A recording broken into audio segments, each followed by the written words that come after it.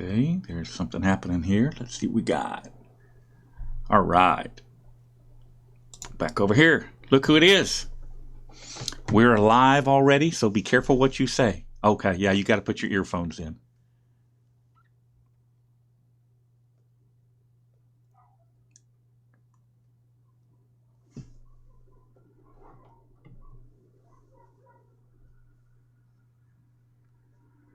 Hold on, guys. She's getting there.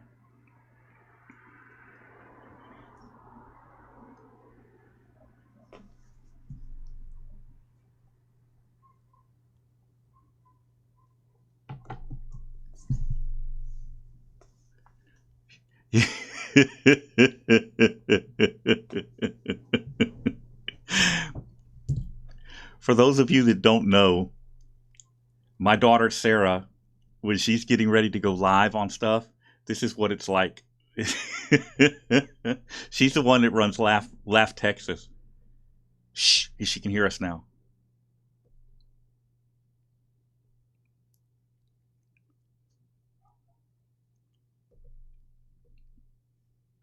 All right, you can hear us. Can you speak?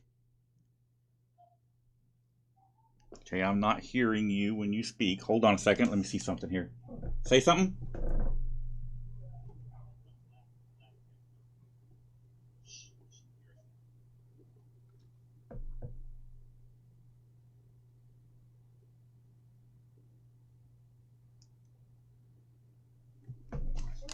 Can you hear me?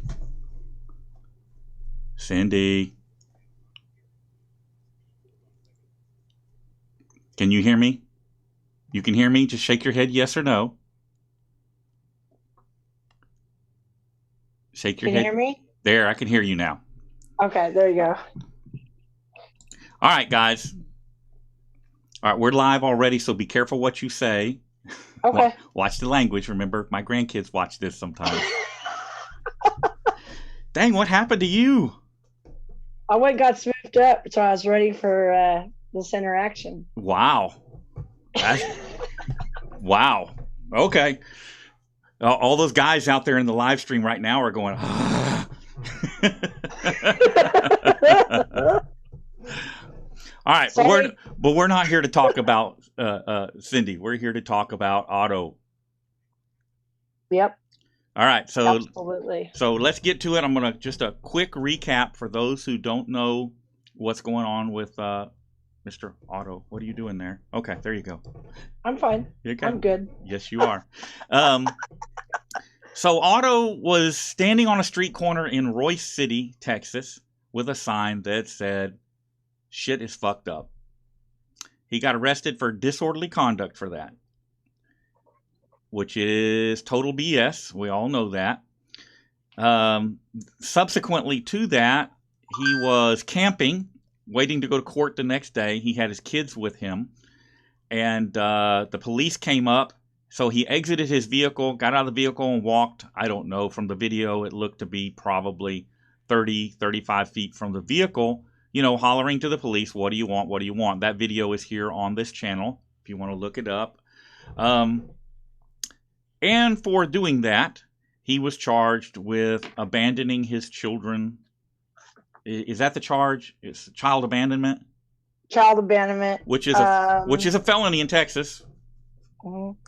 And it is just escalated from there. The police don't like him. The judges don't like him.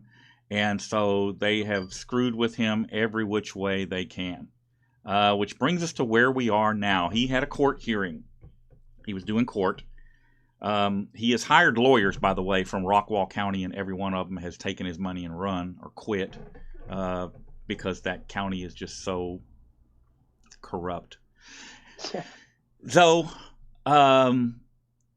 he goes to court. He was on his way to court, stops to get gas, and one of the police officers from Royce City rolls by, and it was one of the police officers, I believe, that was involved in his arrest for the child abandonment, and he flipped her off.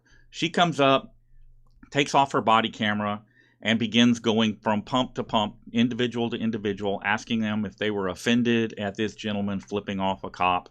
And she found somebody that said yes, and he was arrested and charged with disorderly conduct again. They're just all contempt of cop charges. But so now he is sitting in is he in Rockwall County? Rockwall County. Rockwall County Jail, and he's awaiting bond or whatever. And the general consensus is at this point amongst the activists that support him, and don't get me wrong, guys, I am the first one to say we don't leave people in enemy territory. We don't leave activists in jail. However, his bond is so high, and it is likely that they will find another way to jail him anyway. At this point, we're thinking it's best to use the money that we have for bond to hire a good lawyer. And we have run down a really good lawyer for Otto. Yeah. And that is the direction we are looking at going. But Cindy had a few things that she wanted to share here. Cindy's new to the app that I'm using to do this, but you see how to share on here? Do you see down at the bottom? Okay, look at the YouTube screen. You should be able to see this. Okay. See my arrow? See down here where it says share in the middle? If you click on, okay. Yeah, you click on that. That'll only come up when you put your finger down there if you're on your phone, or if you're if you're on a computer, move your cursor down there. Click on that, and then you'll be able to share photographs and documents and whatnot. And then I don't have documents, but I do have I don't know if anybody's heard the call about the sheriff, his intent that nobody's going to come in there and try constitutional malarkey in his city. No one's going to stand on the First Amendment. He's declared war on anybody that has those beliefs. This is the elected sheriff? Yes. Yes, right. Harold Everson. Okay, you can if you have that on whatever device you're using for your streaming right now, you can click on that share button and you can pull it up and play it for us. Okay. So actually on this thing. Okay, well you can play it on that and just hold it up to your microphone and it'll work. Okay. We'll be able to hear it. Okay, give me a second here. Let me go into my email and grab it.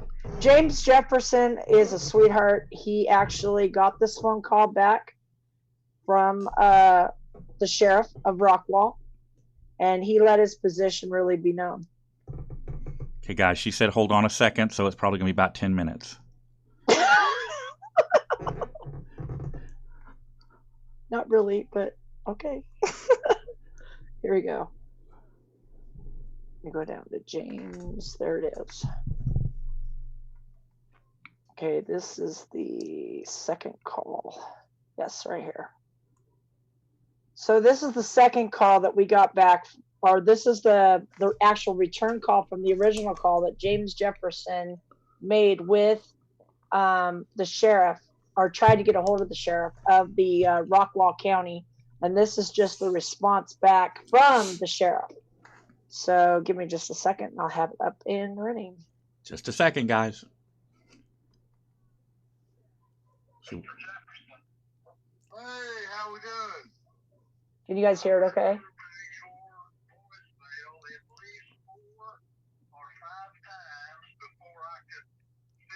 Can you turn it up a little bit? That's about as loud as it gets. Okay.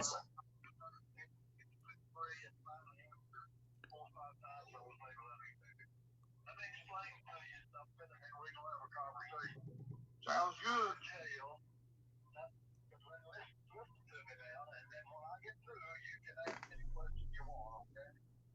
Sounds good. We are the only jail in Rockwall County.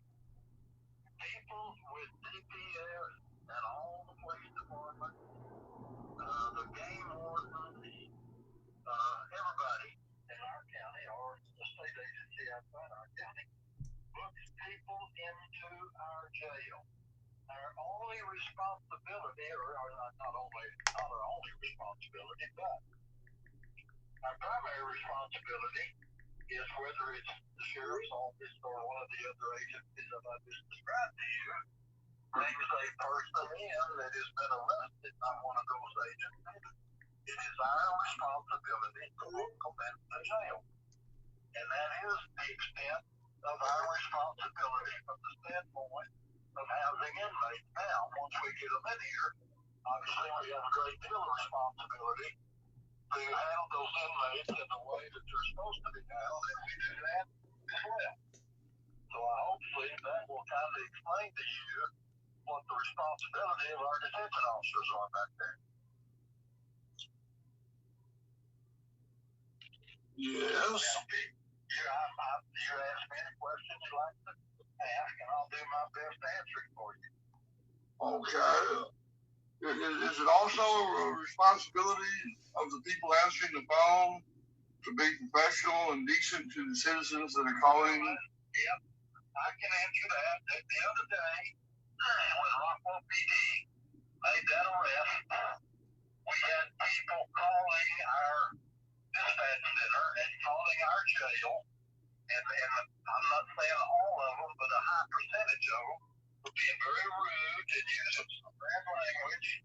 And I told our communications center and our detention center that if a person has a legitimate question, to answer the question, but if they get to using bad language, I don't expect our people to put up with that, Mr. Jefferson, and I'm the one who told them if they started doing that, to just hang up on them. Yes, that is the proper response. If they wouldn't be responsible and ask legitimate questions and be professional about how they did it, our people don't have to listen to a bunch of arguing. Well, sir, I basically agree with that. Only problem is, y'all are all public service. You're gonna have to slow down and talk a little clearer because you must be in a bad spot because you're kind of breaking up on me. Well, I'm sorry about that, sir. Okay, now that was plain. So just don't get excited and get in a hurry and tell me what your problem is, and I'll be happy to address it.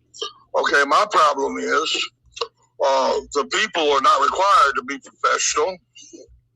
They're not required to be polite. Okay?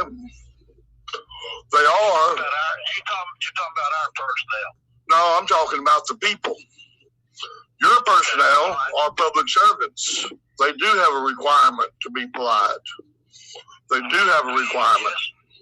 I absolutely agree with you. They are public servants, and they are required to be professional and be polite. Now, let me say something else. I've had any number of people, many times, talk about how professional and how polite our people are back in the jail. I've had Justice the Peace that comes over here and does magistration, and he hears our people addressing somebody's question on the telephone, and he said, I've always been amazed at how professional and how polite your personnel are. Okay, well, I've heard a lot of positive comments about how our people are professional many times. Well, that's wonderful, sir, and I certainly believe you because I gave them compliments when they deserved it also. But I'm just curious. I'm gonna give you a specific example of something that specifically happens to me. Now, back when the December 5 protest happened, there were some people arrested. I didn't understand what you said. When? On December the 5th. December the 5th, is that what you said? Yes. Yes, on December the 5th, there was a protest going on where some people were talking. I'm just trying to get you to the time so you know what I'm talking about. There were 4 people arrested that day. Yes, there was. Okay. Now, that's not what I'm complaining about, although that is a complaint. During the time that they were in your facility, a rumor got out that they were freezing them in a holding cell. They were what? They were freezing them, turning the air down. Okay, now I have no way of knowing if that is True or not? Slow down this. I could not understand what you were saying to me. Okay, I will slow it down. They were turning the air down in the holding cell. No, you're wrong about that. Okay, sir. We can't both talk at the same time. Please listen to me just a minute, okay? We're required by the Texas Commission on Jail Standards to keep the temperature both from a heating standpoint and from a cooling standpoint within a range, and we are in compliance with that requirement. Yes, wonderful. I agree with that. But the rumor got out. That's what I'm trying to tell you. I'm coming up to some phone calls I made, and the reason for that phone call. Okay, the rumor got out. I certainly hope that it was a false rumor. Certainly, I hope that. But nevertheless, it got out that was happening. So, I, as a concerned citizen, the rumor got out that what now? That the regulations were not being followed on the air conditioning. Well, I would say that that's probably a rumor and it was not factual. Well, we certainly hope so, sir. But that's the reason why I thought, well, that's easy. That's easy rumor to dispel. So I started when I called, the fellow who answered would say he was out there at the booking area. And so I would ask him what the temperature was. Real simple question. No possible way knowing what the temperature is could be a security concern. I mean, I don't think being cold or hot, in other words, the reason for that being a secret is hard for me to understand. But it took call after call after call, supervisor. Oh, I'm talking fast again, ain't I? Anyway, it took me a bunch of calls before I finally got a supervisor who made the simple statement of, when I walked by the thermostat, it was set at 70. Perfect. Answered my question. I totally commended that officer. Let me ask you to do something for me. Yes, sir. So I'll have a clear understanding of what you're saying. Why don't you just put down in writing what you want me to know and mail it to me? How about that? Well, that would be fine. Because I don't know whether it's your phone or what, but I'm having a very difficult time understanding what you're trying to tell me. Well, that's awful sad, sir.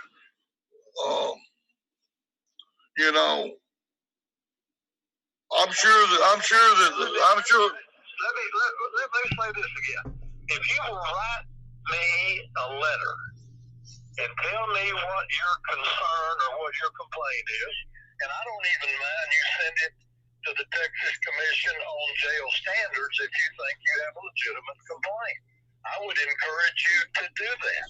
But if you'll please send it to me in writing, then I won't have any trouble understanding what you're saying when I read your letter. I want to try to answer your question as honestly and truthful as I possibly can, but I have to clearly understand what your question is before I can do that. Okay, sir.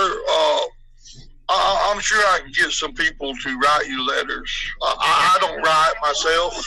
No, you misunderstood me. I want you to write me a letter. Sir, did you not hear me just say that I do not write? I will get people to write you, but please don't disrespect me for my disabilities. Well, I'm not being disrespectful. You're telling me you can't write a letter? Is that what you're telling me? I'm telling you that I will not write you a letter, but I will get people who write to write you a letter. And if you have somebody that wants to write a letter, I'm okay with that. Thank you, sir. That's much better. All right. Now then, do you know what the address is? No, but I'm assuming you're fixing to give it to me. I certainly hope so. I am. I'm about to give it to you. It's 950. The initials T like in Tom, L like in Lincoln, Townsend. 950 T-L Townsend, Townsend, and that's Rockwall, Texas, 75087. And the spelling of my last name is Evanston, Eavenson. My first name is Harold, and obviously I'm the sheriff of Rockwall County. Well, I certainly appreciate that, sir. And I will get people to write you so you can understand it. But I want to tell you, just if I could, the essence. Let me say one other thing. Of course. I want you to write it. I want that letter to be in regard to the things that y'all think, or you think, or whoever you're going to write the letter, is factual in regard to what we did that wasn't proper, or in regard to the temperature. I'm okay with that. But Well, that's pretty obvious that you don't care what the public's opinion is. no, I'm just saying I'm happy to listen to any legitimate complaint that you have, but none of y'all, I don't think, have an experience in running a jail, so therefore I don't consider you qualified to have opinions about what we should or shouldn't do in regard to running the jail. If you can, Boy, that's in fact, well, let me finish. No, because you're being condescending and stupid, sir. If you give me facts, I will listen to you. Okay, the fact is that, of course, we have not run a jail. Hey, Cindy, You know. can you pause that So for what just a you second? just said was, Yep. Okay. I don't mean to interrupt there, but I want to point something out. That sheriff has obviously never spent the night in one of his jail cells. So running a jail should require that you spend a week in that jail before you run it, so that you have an understanding of these temperature issues. Now, the temperature issue, I'm going to explain that to you guys. They keep the temperature low so that germs don't grow easily. There's a lot of these jails harbor germs, and there's a lot of TB and stuff like that goes around in there. That's why the temperature is regulated. But I will tell you that if you come in dressed in summer clothing, it doesn't matter whether it's winter, doesn't matter whether it's fall, if you're wearing shorts and t-shirt or light clothing, and you're thrown in one of those cells, it is freezing cold, and it's concrete and steel, which doesn't help.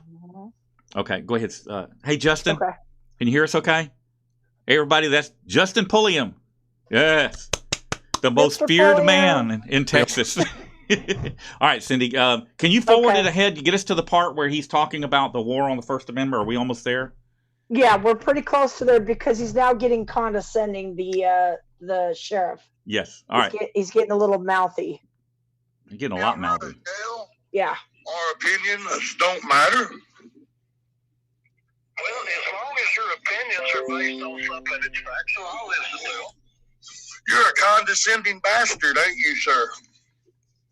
Well, and if you're going to Now you're going to hang up on me, of course. That's the reason I said that word, is to give you the opportunity. I've given you in fact, if you want to come down here and meet with me in person, I'll be happy to talk to you. Oh, I would love that, sir. Well, just march yourself down here. Yeah. When I'm available, and I'll be happy to talk to you. Yeah. Okay. Remember you said that, I'm Sheriff. down there where your tyrants can abuse me. Remember, there's a caveat to that. Yeah. You know, Now, let me ask you this.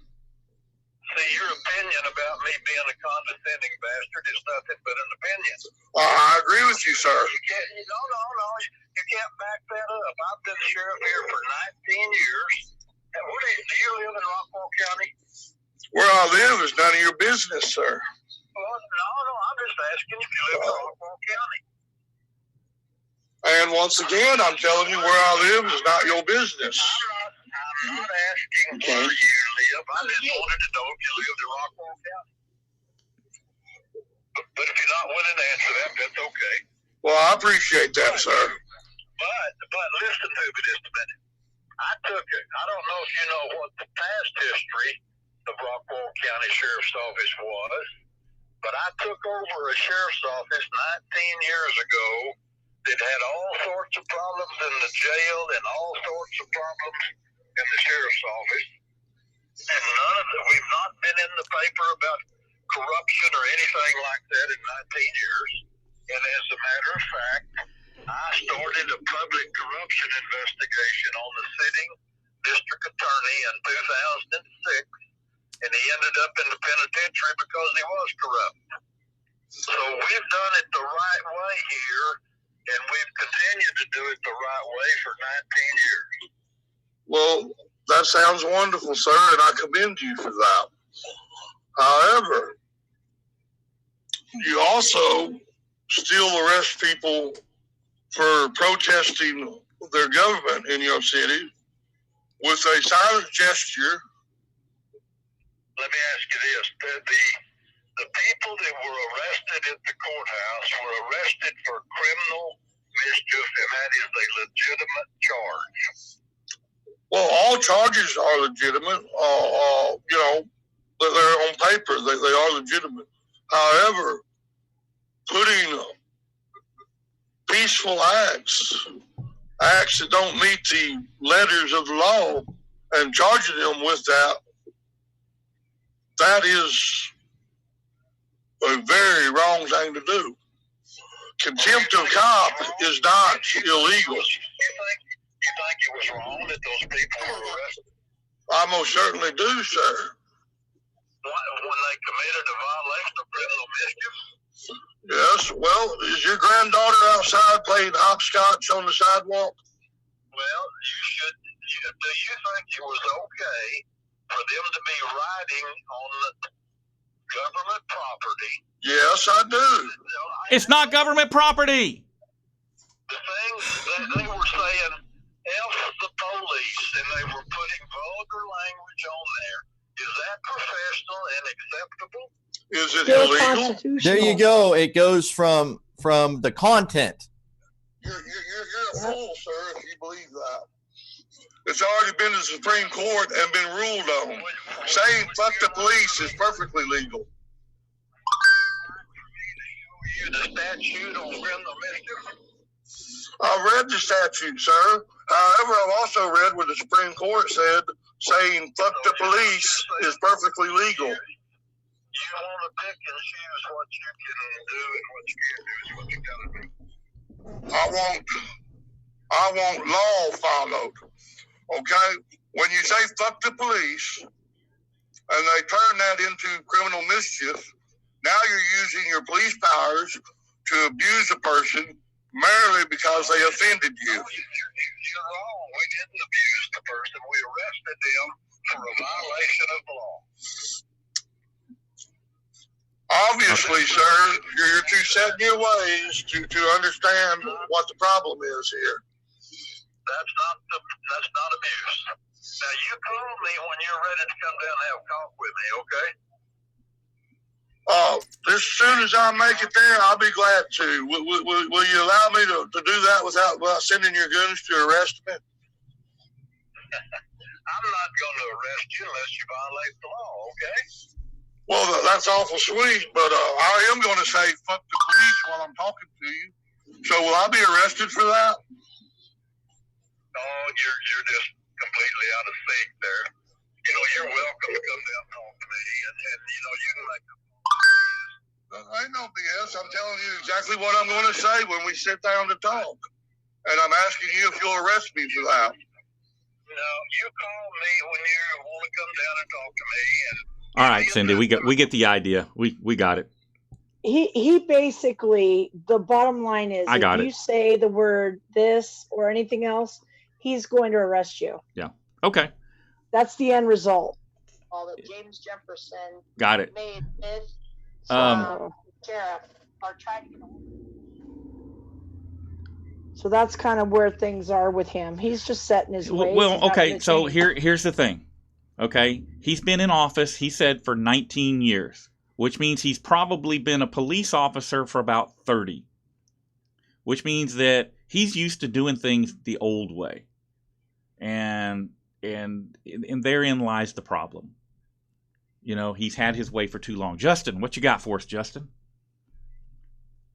Hey guys, I have to go in just a couple minutes because we're going to be live on Justin Pulliam Live with this guy right here, the most famous YouTube celebrity you'll find in Texas. Definitely the best auditor over on my channel, Justin Pulliam Live, and he'll be giving y'all some auditing tips too, I hope.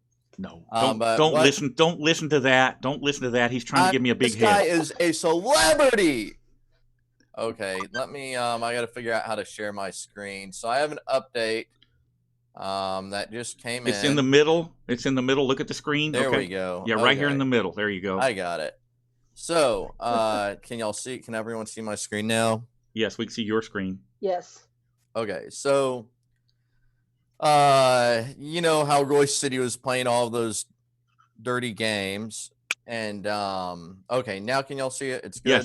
Yes, we can see it. They're playing all these dirty games with open records. Really, I don't think they've released anything. They were basically using open records requests to identify for Fusion or whatever databases, maybe not even official databases, maybe just the Blue Line or Facebook groups, to get the names and addresses of you guys, the guys who stood up and wanted to do something to figure out what happened, what was happening in Royce City.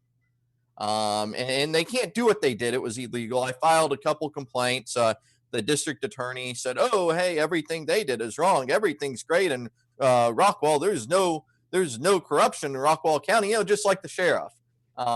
Everything's great. We're amazing." And so I did a complaint to the district, to the attorney general. And that's what we see here is that the district attorney ignored my complaint. They said my complaint was not timely and therefore they cannot conclude that there were any violations of that law. Although in an informal discussion, they, basically agreed with me that Royce City had broken the law, is what it seemed like how they would have had to determine. It was the vibe that I got, at least. But they say that I sent the complaint in on the 31st day after the date.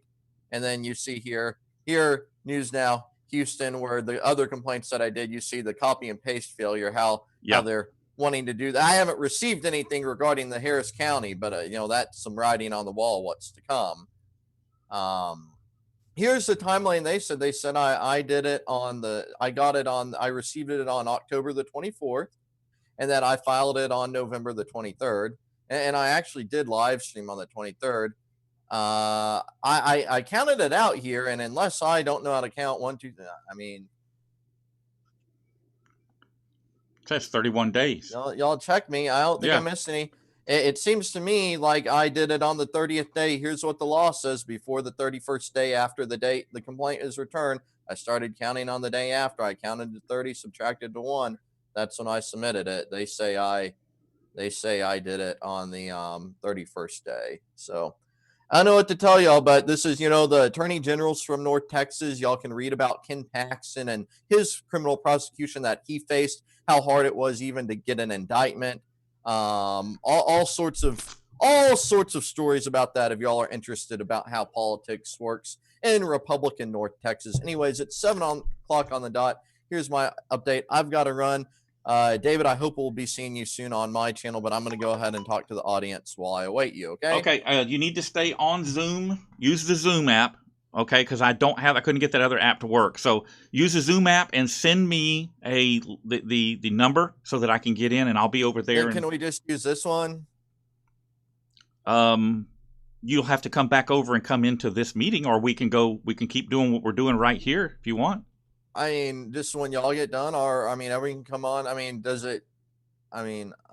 up to you, but I don't care. However you want to do it. I don't want to make it. incredibly complicated. Please So- don't make it incredibly complicated, okay? You know how So technologically I'll challenged just stay I am. on this one, but I won't put you on until y'all are done with the auto stuff and you're ready to move on. Just Okay. wave at me or text me or something. Okay. Give us about 5 more minutes. That'd be enough time, All right, Cindy? sounds good. I'm gonna start talking to everyone. They're gonna give me a hard time for Gotcha. being Gotcha. late. Okay.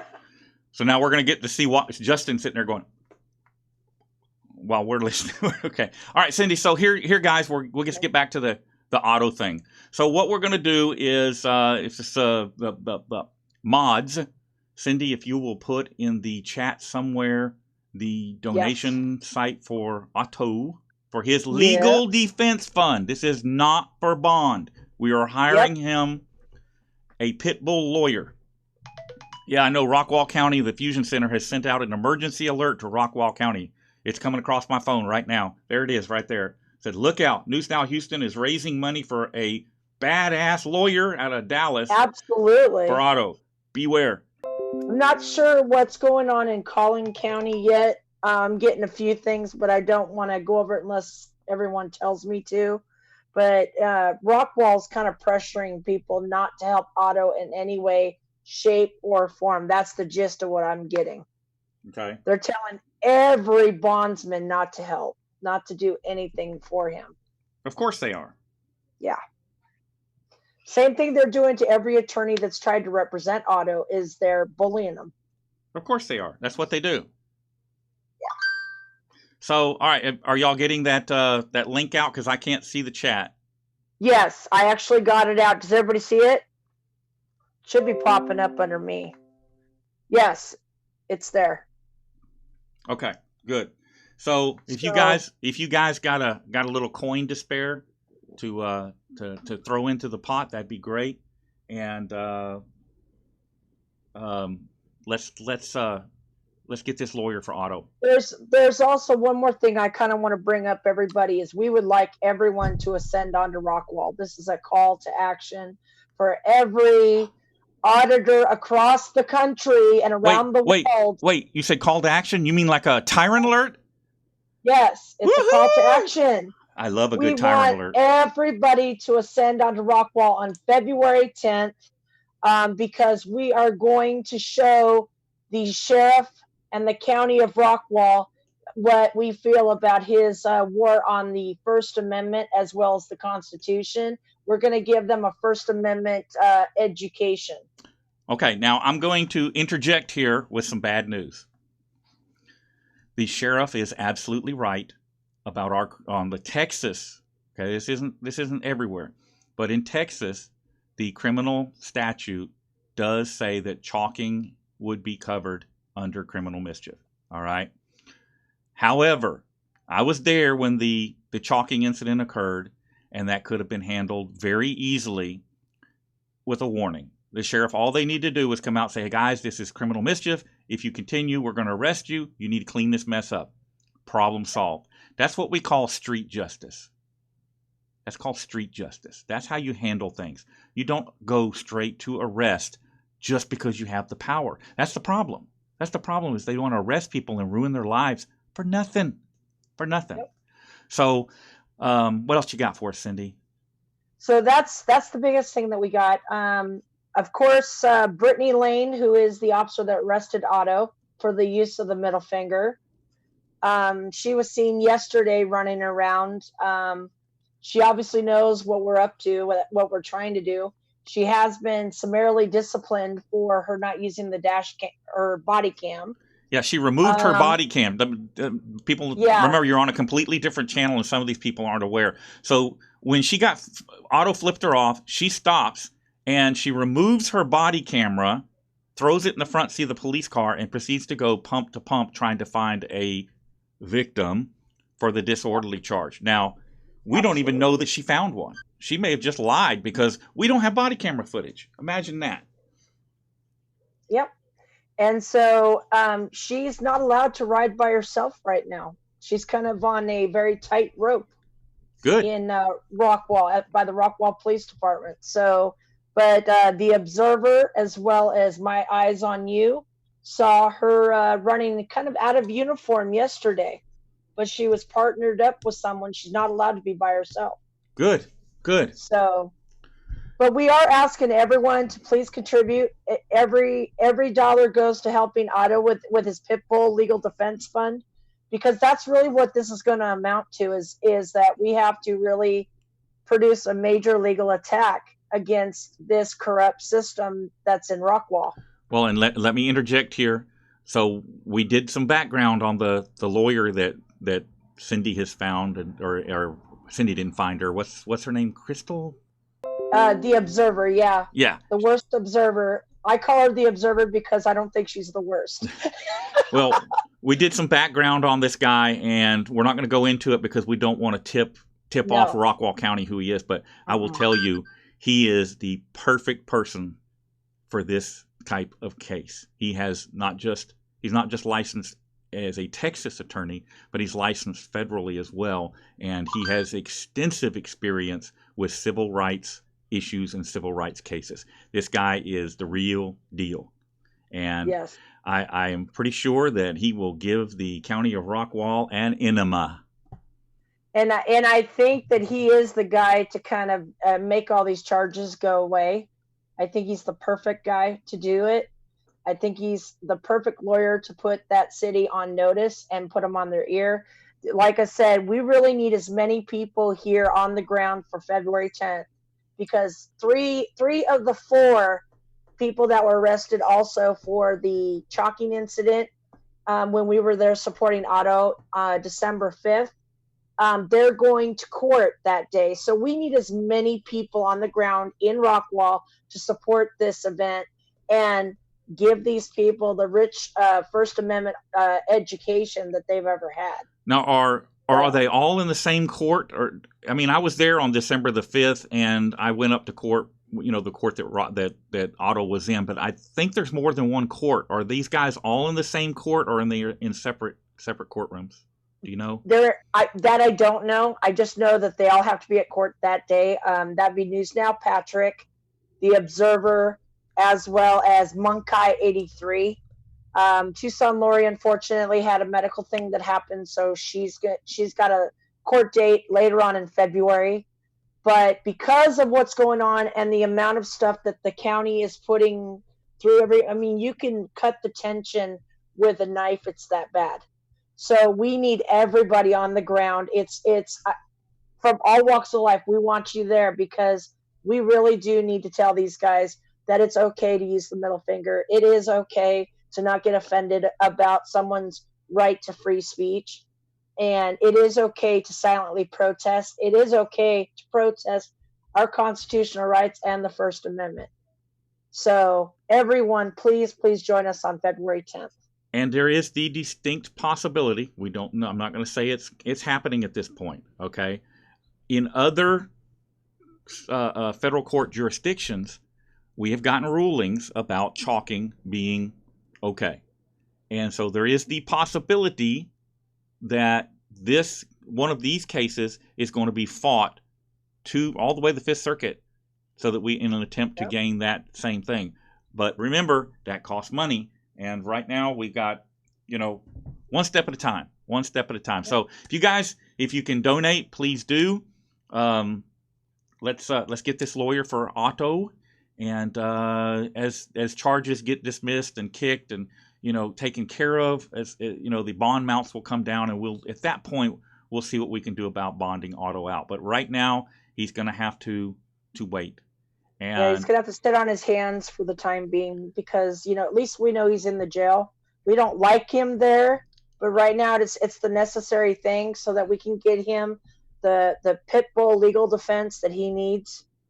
I hate the fact that we had to do this, but I think this is the right way to go about this because at least we can get all these charges fought and won. So I'm actually going to be leaving here very soon, probably on the 8th, maybe even sooner, depending on what's going on down there in Rockwall will determine if I'm going to leave sooner. But I'm going to be heading down to Rockwall to aid in trying to get things going and get things ready for February 10th. Cool. Excellent. All right, then if you want to hang around, you can hang around. I'm fixing to bring Justin back in, and let's start on You're live on my channel right now, by the way. Oh, I hate it when people do that. It's like they're sneaking me in. Are you telling people I'm a celebrity over there too? Yes, I'm telling everyone that David is the most famous person on YouTube. Infamous is the more appropriate term. Oh, you're famous. Don't let anybody tell you differently. No, stop that. It drives me crazy when people say that. It's like, no, I'm just. You've met me. Do I act like some famous person? Justin hangs out with me on a regular basis, and he'll tell you it's not. I filmed the government. They go, oh, are you News Now Houston?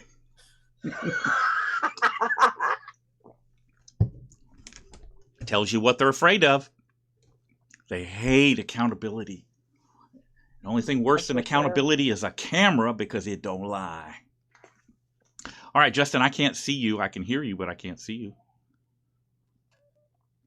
I think Cindy's going to hang out. I don't think there was a way for me to do the webcam both to Zoom and for my OBS. So I am going to give you a share screen of my OBS, and hopefully that'll work for you. Okay.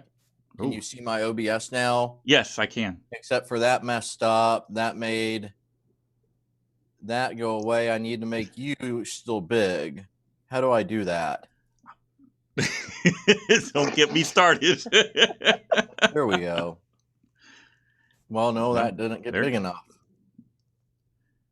And Cindy, you should go back through the chat. There's some very interesting. Are you able to see my OBS so you can see what we're doing? Yes, I can see it. I've got your screen on the right that has me and somebody running on a beach, and then I got you on the left with some ocean behind you. Okay, yeah, that's that. But why is this? I need it. Do you know the settings? Does anyone know in Zoom? Is there a way to make this big? I don't know.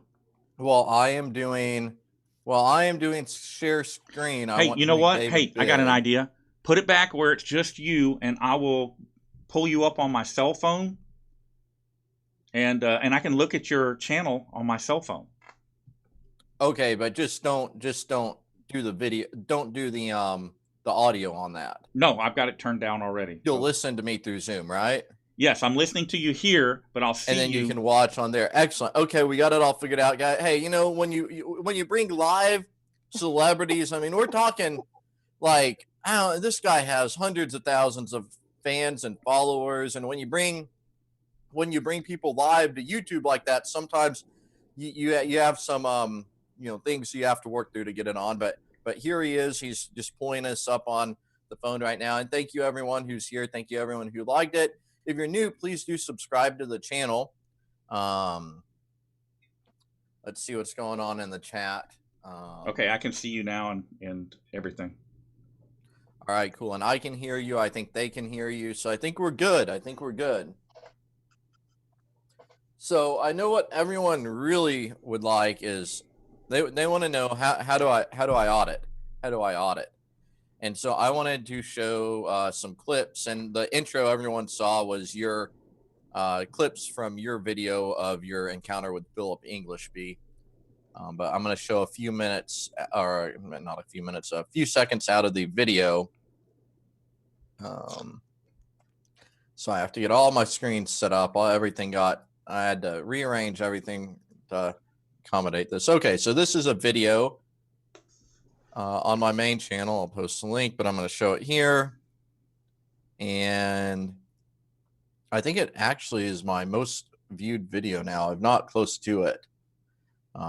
This Philip Englishby guy. But here we go.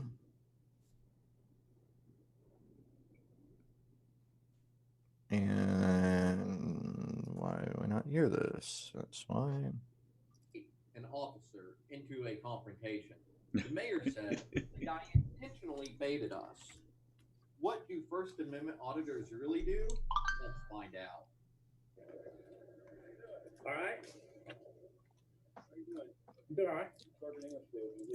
Are you got an ID on you? I do. Is there something wrong? No, I need to ID you though to find out who you are. Or because at this point you're a suspicious person taking video video and photos of a police department. So we want to identify who you are at this point. Suspicious person, is that a misdemeanor or felony? You're a suspicious person. We're investigating who you are while you're taking photographs of the police department. So I only have to identify myself if I've been lawfully arrested. But that is a law. Failure to identify is a criminal offense. Yes, sir. 3802 says I only have to identify myself if I've been lawfully arrested. No, sir, it doesn't. You can be detained, but it is in your insurance. Lawful command you give me, I will not resist the same mistake. Yes, but respectfully, I'm going to decline. Place him in handcuffs until we get his. Okay, I'll obey any lawful command you give me. I will not resist in any way, shape, form, or fashion. I understand, but we need to identify you, and since your failure to identify, we need to find out who you are at this point. Do you have your driver's license on? Englishby? Yes, sir. I do not have my driver's license on me. Okay, do you have your name and date of birth? I don't want to make violence. I don't wish to give any information that might incriminate me, and I would like an attorney.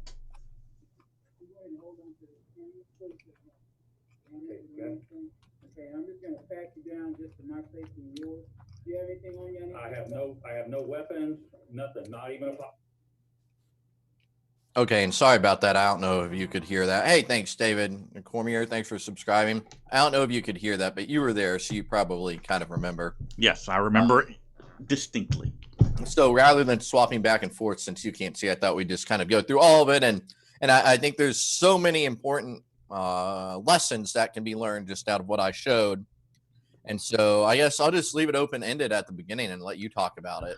Well, it's again, just because of police, and before I start saying this, I want to reiterate to everybody, because a lot of people here are in different states, different countries, whatever. What I'm saying has to do with Texas and Texas only, okay?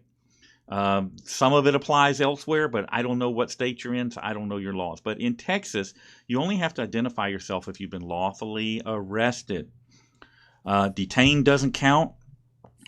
Just because they get a call for service, it don't count. It don't mean nothing, you know. And unfortunately, police officers they either don't understand or don't care.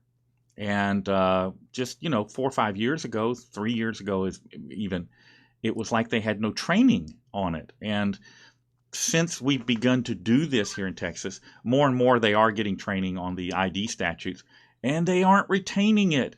It's like they still don't know. So, I mean, what do? You just keep going out and hammering away at it, chipping away at it, one bad cop at a time until they get the training or they get the message, whichever the case may be. Stay on public property. Can you go into lobbies? Sure, but I don't recommend it. Once you're on property that is overseen by the government, it may be public property. It is public property, but they have care and custody of it. Your power falls off. But on the public sidewalk, which is a traditional public forum, Google that for those of you that don't understand it, you have the power. Constitution is 100% in play. You have the power.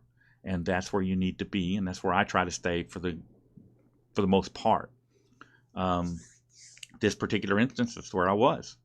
And they came out. They snatched me up. They took me inside and held me there for, 20 minutes while Sergeant Englishby, and I'm sure he's watching this right now, brings out the law book and reads me the statute. And he still doesn't get it. He just doesn't get it. Or he doesn't want to get it. Based on what I've seen of his emails and stuff on what occurred, it's his ego. It was all about his ego. He couldn't take no for an answer.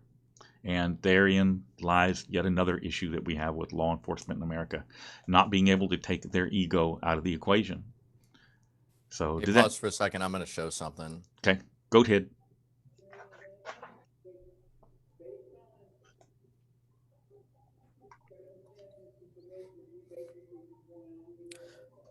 I'm showing where he reads the law book right now. I see it.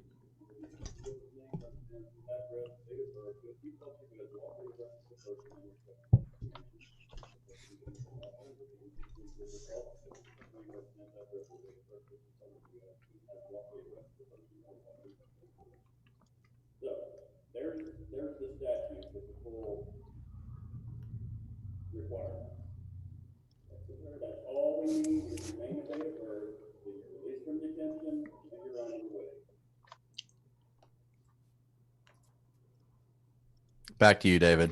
Oh, I just told him no. You just read it and he don't get it. I said, get the chief. I'll tell you what. You want my name, date of birth? Get the chief out here. I'll give it to him. Because when that chief came out, before he got that information, and I would have given it to him because it doesn't matter. Before I gave it to him, though, he'd have gotten an earful, because you can't tell in that video, but I was pissed. I was livid, absolutely livid. And so, David, that's actually a really important topic that I would like to talk about. In fact, probably the most important topic that I hope we might cover tonight. You say you were mad, you were livid. I couldn't tell. Well, and that comes back to professionalism. I give what I get. We expect these police officers to be professional and be tolerant and to keep their emotions in check and not allow their emotions to override their judgment and cause them to do these contempt of cop arrests and whatnot.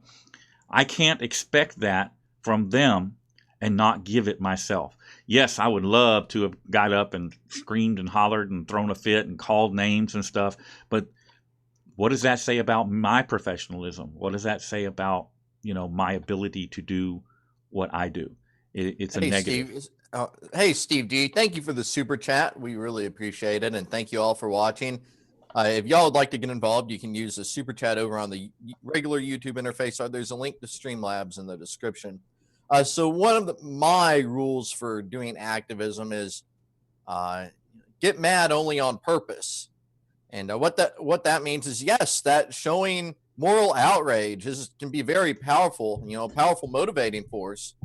However, when you're being arrested and they're putting the handcuffs on you for an unlawful arrest, and I definitely think that was an arrest, not a detainment. It was. The police, use whatever is convenient for them. But I see video after video after video of what many of these YouTube channel personalities would do, and that's where the filter comes off the language and they go to 1,000 degrees Celsius. And let me tell you what happens when you do that. You open the door for that officer to claim he was fearing for his life, or that you were resisting arrest. And just the audio, there may not even be video, there may just be audio. How's that audio going to play for a jury? Remember, everything that you're doing on video could end up getting played for a jury. And so you need to be on your best behavior. You need to be in control of your emotions and what you are saying. I can count on one hand the number of times that I have gotten stupid with cops in these types of situations. One would be the El Paso FBI incident. And I was totally in control. It may not seem like it, but I was. I did that because I knew that would make them cuff me and let my arm go. And, so there was a purpose in it. Other than that, there's no reason for it. And if you ever have to go to court, whether you're charged with something or you're suing them or whatever the case may be, you're going to have to explain, all that cussing and stuff. And how does that play for bootlickers? People who worship the cops. You're giving them an out. You're giving them a way to say, oh, we're not going to give this guy judgment. He was behaving like a jerk. Okay, but if you are professional, if you're knowledgeable, if you're doing what you're supposed to do, they're not going to have that out. And it's not going to play well for them. That answer your question, Justin? Yeah, absolutely. I think that's great advice. I was just adjusting the audio. Can y'all hear David a little bit better compared to me now? Hello, testicle. Oh my goodness, you're acting like TX Sheepdog now. Which that stream will probably be next week, by the way. Hey, thanks, Lydia, for the super chat. We really appreciate that. She says, thanks for all that we do, Justin and David. So, yes, the demeanor, the behavior. I'll be honest. I binge watch News Now Houston, and I think I've been binge watching for a couple years now, and I still haven't. Hey, HBO Matt, and oh man, I wish there was a way to loop you into this because you have big news, and I think you also would be a great person to talk about this very topic as well. Thank you for the super chat. I guess, hey, in the future, we're going to be expecting some more super chats, though, okay? Oh, I know what you're talking about with HBO Matt. You need to get him on the stream after this and go over all that. Oh, man. So, yes, the getting mad only on purpose, i.e. keeping your cool, keeping your wits about you, is going to... You touched on when it goes to court and maybe in front of a jury, or I'd say even the judge or even the magistrate judge, because the cop is going to be in the jail telling them how big of a favor needs to be done to, put that person in jail as a favor to the cop. So, or because you're a danger to them. Mm-hmm. Right. Whatever BS they're law enforcement officers. And so, they're going to do a lie report, but you can be in control of how it really looks on the video, on body cam, whatever may come out. But not just that in the kind of the legal defense aspect, but importantly, and for what's most important to me, what I focus on is the messaging aspect, getting, creating the change. And you are going to appeal to I get it. There's a lot of people that just hate cops. They love to see cops getting cussed out by a person. And some of them, they unsubscribe me. And I think that's fine because I get tired of all the hateful comments that I have to sit there and delete all the time. I'm saying against cops. But there's a minute audience that's catering to them. Yeah, that might bring in some clicks and views and some revenue, because I get that a lot of people just are looking for revenue, and clearly not the case with News Now Houston. If you want to cater to that, then you're an entertainer for a very, very small, non-mainstream group of people. And I'm not looking at chat. I don't even want to see what's going on right now. That's out there, and I'm not saying there's anything wrong with that. However, that's not activism. That's not going to make a difference, and it's certainly not going to appeal to the mainstream that we need to modify. If we want to make a difference, we have to change the mind of. This is kind of a novel concept, maybe, but guys, we have to actually reach people who do not currently agree with us. And I agree with that, Justin. When I first started doing this, I used to get lots of people that would come to me talking about how I hated the police and I was anti-police and they were pro-police and they didn't like what I was doing, yada, yada, yada. And I would tell them, I'm not anti-police. I'm anti-bad police. And I'm all about exposing where officers need training and getting them that training where possible. And a lot of these types of people would actually look. I would tell them, say, go look at my videos and just be honest with what you see. Just look at it and without judging it. And a lot of them got it. A lot of them watch me now. I have a lot of police officers that are on my channel. I actually run into them from time to time out on the street even. And they'll come and say, man, I'm a subscriber. I like what you do. I'm anti-bad cop too. But it's a very fine line that we walk. You've got to be careful because we need these other people. And unfortunately, the police have the backing because they're the police, because everybody thinks they're the good guys. But in the last 10, 12 years, as cell phone cameras and whatnot have become more and more prevalent, the average person is getting to see what's actually really going on. And that is turning a lot of people. That's turning a lot of people's opinions. And that's what happened to me. I had a very favorable opinion of law enforcement. I didn't believe they did bad. I know it happened here and there, but it's just that 1%. Now I know it's not just that 1%. It's far worse than that. And I now understand how evil the police unions are, and that they are a good portion of the problem. And many people have come to understand this, and that's why there's a shortage of qualified people applying to law enforcement positions these days. Because honest, good guys. Hold on, David. Go ahead.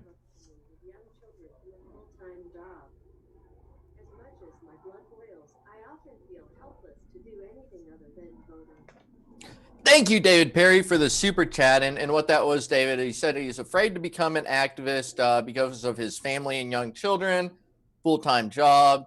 As much motivation as he has, he's afraid to do more than, I guess right now, all he knows to do is vote, and he doesn't want to know, or he doesn't want, he's sticking to that. And so I think this is kind of a two-part question. I think, and thank you, David. I love this. I love this. This is great topics for discussion, and I want to break it down into two things. Is the first is his point about getting out there when he has a job, family, etc. And I say when getting out there, he's obviously referring to doing something that's confrontational, right? Especially with the government and the police. And then after that, I'd like to discuss the second part is that, hey, here are some things that you can do other than just voting that aren't going to be controversial enough to get you in trouble. So what do you think about that, David? He doesn't want to get out there and we'll just say audit or do something confrontational because he has young children, a family, and a full-time job. Don't do it. It's that simple. Don't do it. When I first started doing this, I had a very, very good job. I worked for a chain of private clubs, and we had locations all over North America. I was over the entire state of Texas. I was a district manager for the state of Texas. When I got arrested at Shell, the Harris County Sheriff's Department put my information out to some people, and those people began to harass my boss. And subsequently, any job I got after that, the same thing happened. Once they figured out where I was working, they'd start harassing my boss. Oh, you got this anti-police guy working for you? We're going to make sure everybody knows it. Nobody's ever going to want to do business with you, blah, blah, blah, blah. So I figured, hey, they must want me to do this full time. So that's how I ended up doing this full time. But, not everybody can be the tip of the spear. I'm in a unique position to do it. All my kids are raised. I own everything that I own. And so I can do things that the average person cannot do. And so that's my role in this, is to be the tip of the spear. And you guys, those of you that can afford to donate to help me financially to do this, that's your job.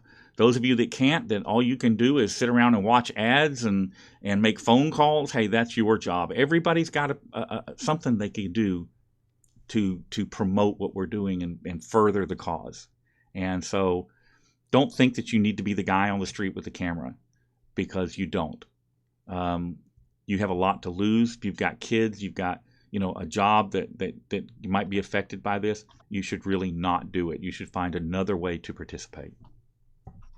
I would second all that. I'd like to add, and I'm going to go off in the weeds a little bit because there was something. We're going to have a huge super chat come through in a minute, but there is no message. So fast reverse button says Sleepwalker. Hey, Sleepwalker, thank you for that super chat. I don't know how to go back when we're live. I mean, we're live right now, so I don't think we can go in reverse like that. I don't know. Maybe if we had like that NFL replay equipment, we're just going to have to stay live in real time. But thank you for that super chat. So I know there was I heard some messages and stuff that people were saying things they had heard, and I can't discuss much of it because it was private correspondence relating to a private matter that was not meant to be public, and it was to work out try to help someone out, and I was delighted to hear what I heard on your stream a minute ago, and let's give a summary of that too.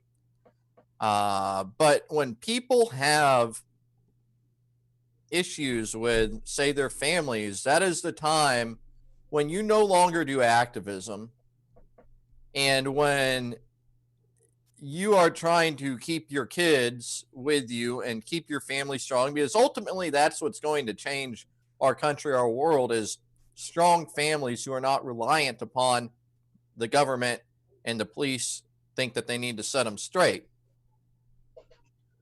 When your kids are at risk, that is the time when you don't do activism and try to demonstrate, especially if it's going to go to court, you demonstrate to the judge, look how stable I am. Look at where I live. What a nice place to live for children, schools, and everything. Look how great. And look how stable my income is. So I think David Perry's super chat is excellent, because you don't ever want to be in a situation like that. And that's great that you recognize what can happen. Now, that said, I think there's much, much, much more than just voting. David, News Now Houston, mentioned donations. Absolutely. And if you don't have money to give, don't go out and give thousands of dollars to any of us, please, if you don't have it. However, I think everyone should give at least, I don't know, a total of $20 a year to people who they think are making a difference. And I don't know, what do you think, David? Is $20 a year for pretty much, is that something that over a year anyone could kind of meet? And I would think so. And the reason why is this, is that once you financially contribute, even if it's just a couple dollars to, a couple people, you're going to be more invested in this fight. You're going to really be on the team. I mean, it'll change. You will be pulling for News Now Houston like never before. And it demonstrates to the government and to the police just how much support they have. Because I'll tell you what, in Leon Valley, oh, and by the way, guys, be sure to subscribe, because Leon Valley big update, it's coming. Going to have a big Leon Valley update for you in just a couple of days. Big update. So stay tuned. But when they were out there getting those petitions, the establishment was laughing at them. They didn't think they would get the number of people to do that recall election. So even if it's not a lot, donating, it's an excellent thing. Records request, FOIA, public information. Not all the time, because sometimes they definitely will retaliate against you. And it can put you in hot water. So I'm not going to say that you should go out and do open records. However, there's a number of categories of information that can be politically useful that I do not think would be controversial, confrontational, get you in trouble. But again, you'd have to use some judgment there. Things like maybe salary information. I mean, who can protest over people trying to figure out how much the government employees are getting paid, what equipment they have, and then you hand that information, whatever you find, you hand it over to News Now Houston or me or whoever, and we can take it from there, or the, even the mainstream establishment media when they'll take it. Campaigning, finding good people to have in these elected positions, helping them campaign, block walking, maybe it's writing their fundraising letters that they need to send out, addressing those. There's all sorts of volunteer tasks that you can do. And a lot of this stuff is locally, because locally is where change happens. And then finally, and I preach this a lot, but it's spreading the word to your family, friends, people around you. And a lot of times that can be sharing one of David's videos or whatever, if it's someone else's video, then it's not words coming out of your mouth. And if it works out badly, you go, yeah, you're right. That News Now Houston guy, he's crazy. He's famous. He may be famous, but I guess he's a little crazy, right? If that's the out you need. Hey, thank you, Christian, for the super chat. Make America constitutional again, or the Constitution again. Yeah, that'd be nice. That would have been a better thing than a MAGA, wouldn't it? But yeah, you can use us as an out. So, if it goes south, just blame it on us and, move on. Don't get discouraged. Go talk to the next person. You want to build this kind of informal organization of people who support these ideas. And then when something happens in your community, y'all can rally together to change it, or get one of you out of trouble, or hopefully get better people elected, change the public policies, the laws, etc. So I think those are all some things that you can do other than just voting, that will probably be low profile enough to not land you in trouble. But again, use your better judgment. And there's some nasty people who are government administrators and government officials. And some of them are so nasty that they may go out and retaliate against anyone who supports their political opponent or who looks like is directly challenging them. I concur. Any other questions along that line? I think that's that's something I really wanted to touch on. So thank you, David Perry, for the super chat.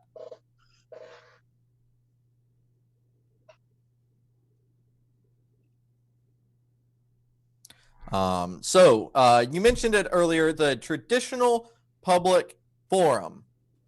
And I think a lot of people watched that Missouri City video. I know I did. I watched every second of it. I bet, they say David was filming in the parking lot. I'm going to see if he stepped off that sidewalk. Never happened. I watched every second, and you know what? Nope. I was going to go over and get the fallen officers memorial, but I had not gotten that far yet. I never left the public sidewalk. And why is that so important? Public sidewalk is what's commonly referred to as a traditional public forum. It is where you go to protest. It's where you go to hand out jury nullification pamphlets. It's there for all of that. The Supreme Court has been very, very clear on what is a traditional public forum. The front doors of a police station are not a traditional public forum. They are a limited public forum, which means that they can make rules that prohibit you protesting there, blah, blah, blah, blah, blah, blah. So you're saying on the traditional public forum and the public sidewalk here, the public right of way. So basically you're telling me that the police can't control that. They cannot limit what you do there. So long as you're not blocking the sidewalk or damaging the sidewalk or doing anything violent. If you're just there protesting, now let me rephrase that.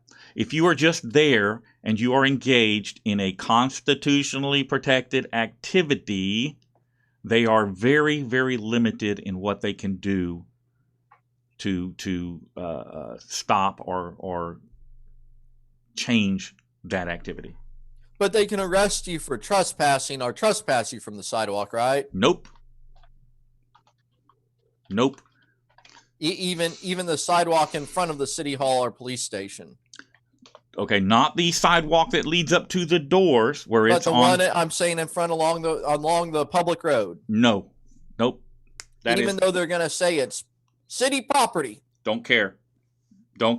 It is a traditional public forum. And really the best thing to do is don't listen to me on this. Google it. Look at the court cases, look at the case law, and understand exactly what a traditional public forum is. In some areas it may be a public park, in other areas it may not. So be careful with that. But I will tell you that I don't know of any public sidewalk that is not considered a traditional public forum. Mm-hmm. And not just auditing can this be useful for, but also if you're doing cop watching, especially cop watching, I think. Yes. But there are other things that come in play when you're cop watching. Officer safety. We hear it all the time. If an officer asks you to back up, you're too close to my stop, you best do it. Or you might face a contempt of cop arrest. Right. And so in a lot of this, this is a great topic. Because another thing that I hear a lot, I hear this all the time, and I try to be more pragmatic. I feel very comfortable with what I know my rights are, but at the end of the day, I'm pragmatic, and maybe today is the day where I know they're enforcing something completely unlawfully, and they're arresting people, and today is the day I am going to get arrested because I have an attorney lined up, and we're going to take it to the Supreme Court. But barring that, and that's probably not the day, I am not going to let them hem me up. And so I may voluntarily elect to be abused, even though I know I'm in the right. I know the law, I know my rights, and I know the limits of their authority. However, in a pragmatic sense, I may yield to the state because I don't want to be sidetracked from whatever my larger goal is. And so you want to touch on, the law versus what you can probably really are going to be able to do while you're out, in public auditing. Well, I mean, again, just stay on a public sidewalk and you can pretty much take pictures of anything you can see from a public sidewalk. That's the long and the short of it. Now, as far as cop watching and being too close or whatever they may come at you with, you have to make that call for yourself. Do I want to fight this? Is it worth what I'm going to have to go through or not? And if it's not, back off. And generally, it's not going to be. So your best bet is to back off. Pick your battles. Remember, most Class A misdemeanor arrests that you're going to face are going to cost you about $10,000. A Class A misdemeanor, $10,000. Do you have $10,000 to fight something like that? If you don't, be very careful not to get yourself arrested. And I'd say that there's a lot of judgment. You have to have good judgment if you're going to go out and do this, and you have to be able to be quick thinking on your feet. And if you can kind of have in your mind, if you kind of know, if you're a few steps ahead of the person who's going to contact you, then that's even better too. Which is, I'm in a situation, and I'd imagine News Now Houston is too, that we've done a lot of this stuff, so we know what they're going to do. So we're already, we're far ahead. If you're not, you might consider being more conservative and just obeying, if you will. Now, that said, if Sandra Bland was on the sidewalk getting the shit beat out of her in front of me and they're telling me to back up, well, then nope. I'm going to jail with her that day. Yep. Absolutely. I, when I go into a new area auditing, I find a bondsman and I let them know who I am and whatnot, so that if I get in trouble, I've got somebody to call. Because most of the time I work by myself. That was the good thing about having somebody that traveled with me, was I had backup. But here in the, where I'm at here, I have a bondsman on call. I just pick up the phone and say, come get me. They come get me. And I'll pay them later or pay them, when I get out and do the paperwork. I also have a criminal attorney and a civil rights attorney on retainer. A very good criminal attorney. Yes. John Lander. An amazing criminal attorney. Your criminal attorney does things that give me new respect for members of the profession. Yes. And there's a lot of people that, the average person doesn't know what's going on. You're kind of on the inside, so But when I hired this attorney, I looked him up on the county website, and he had a dismissal rate. I believe it was like 96% or something. And so I hired him, and he took care of the shell arrest and got it dismissed. What I didn't realize was exactly who he was and what he was capable of. Mm-hmm. And when I hired him, when he walked into the courtroom on that misdemeanor case, the first time he walked in, I was watching the district attorneys. They all looked up, saw him, and got really quiet. And I'm like, damn, I'd never seen anything like that before. But yeah, he's good. There's a reason he has a nickname. He actually has a nickname in the courts. They call him the Badass John Landers. The Badass. Yeah, that's what they call him. Yeah, I think that's what you need if you're going to do this stuff. You need to have identified a badass attorney, and you need to have a plan in place for paying that attorney. Yep. And if you're in an area and you just don't know what to do about how to find a good lawyer or whatever, I'm going to tell you a lesson that I learned from my dad, and that was call the police union in your area and ask them who they use. Because trust me, the police union isn't going to use some shyster lawyer. They got somebody good on call, on retainer, ready to roll. That's what I was telling some of the folks who are interested in the stuff going on in the Denver area last night. I was like, look, it's time where this person might need a police union caliber defense attorney, and the money needs to be focused on the legal defense. And yeah, jail is cold, man. But oh, Justin, you've never been arrested in your life. So I hear. So I hear. Hey, hang out with me. I will get you arrested. No, thank you. I'll be like Bow. I'll be like Bow with my gimbal, and I'll just hover away.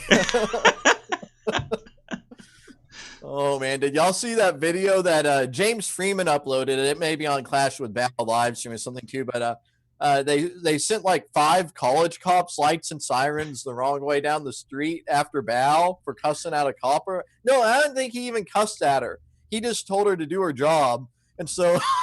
All these cops started coming, and so when they get there, Bow starts running, and the cops just they just don't even chase him. And then Bow he got so mad he started cussing up. Come on, you stupid! You know, you can't. You went down the wrong way, and now you're not gonna chase me. Come on, chase me. The best Bow video ever was one he did with the Border Patrol, where the Border Patrol was chasing him, and he was running from him. He said, "Don't touch my pee-pee! Don't touch!" Oh, dude, I was rolling. Man. It was hilarious. Oh man, I caught that one live. That was something else. Oh my goodness, that was with Mark Brown, Police. Yes, yeah.